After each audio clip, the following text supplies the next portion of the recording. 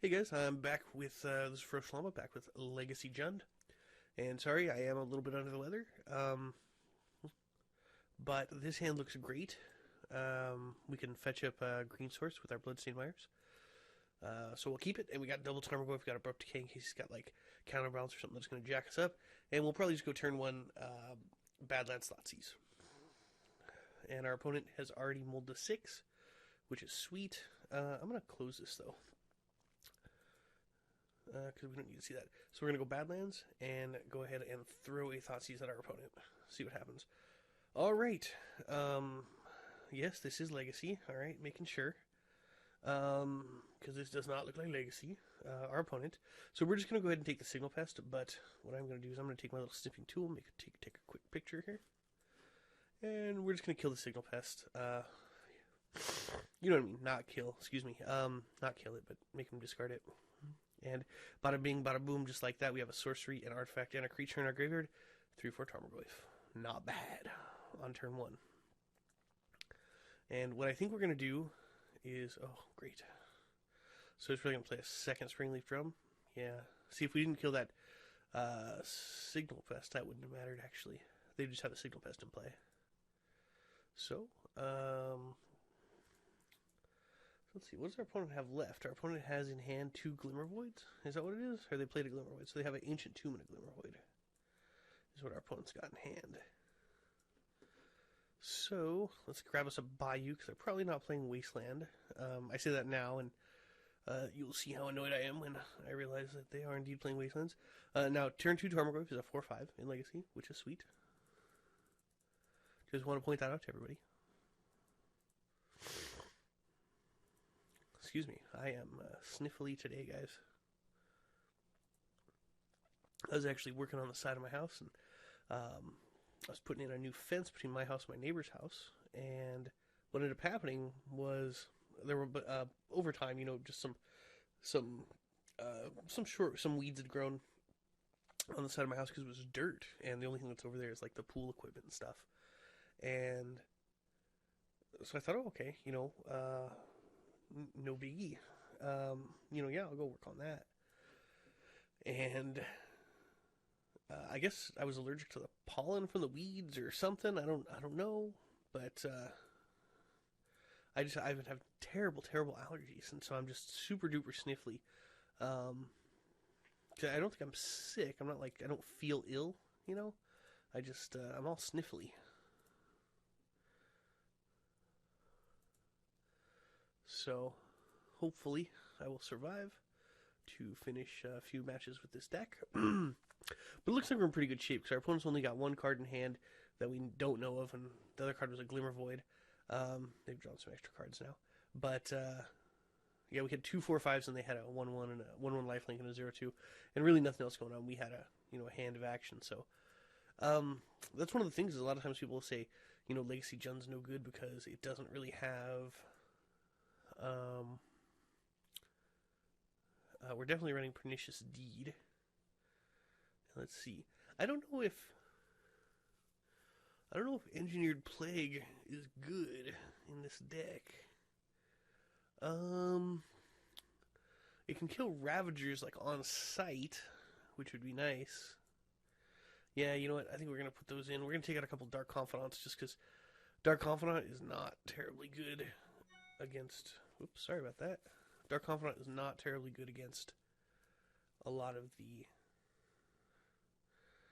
really aggressive decks like this one. Well, like Affinity is assumed to be. Not necessarily this build of Affinity, because I don't know how aggressive it is. I'm trying to think. Our Deathrite Shaman's going to be that good because our opponent probably doesn't have anything to fetch. But it does gain us life, and we can drain our opponent with it still. So it's not really a mana acceleration card. But I'm just going to take out the other 2 Dark Confidants because we'll lose some Dark Confidants, but we're going to gain Pernicious Deeds and Engineered Plague and an Ancient Grudge, which Ancient Grudge and Pernicious Deed are going to be sweet, and Engineered Plague should be good if we name it on Beasts to hit Arcbound Ravager.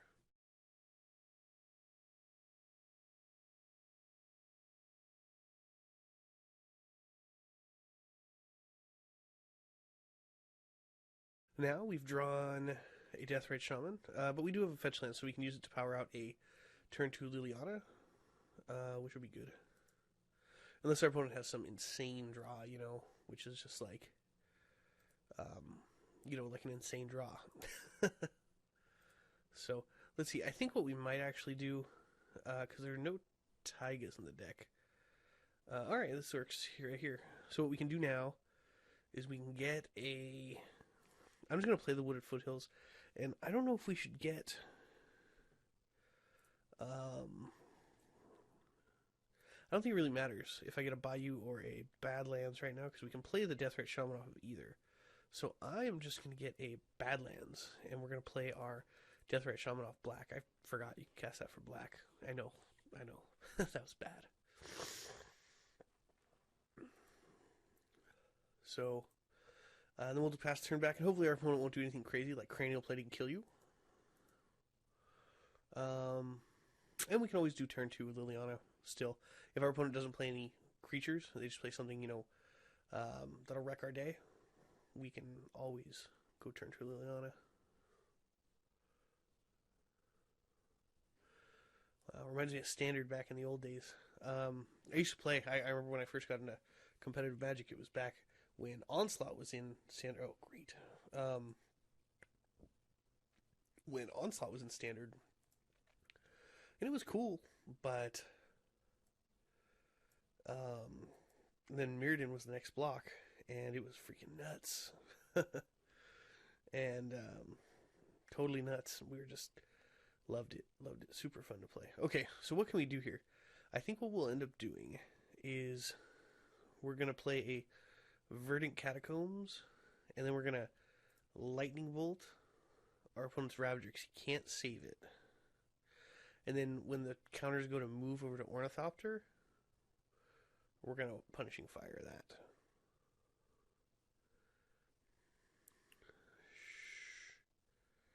So wait. Oh, so our opponent wants to move. Let's see. We can get a... We're going to get a Bayou this time because I really want that green mana from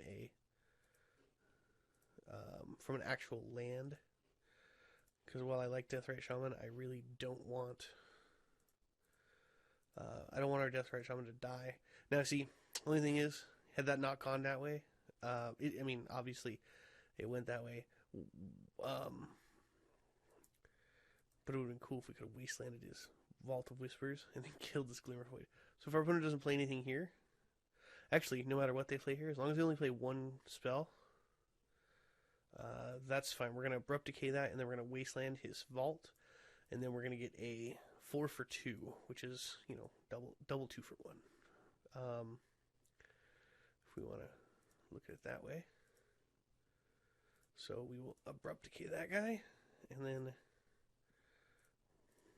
wasteland your Vault, and our opponent will probably concede at this point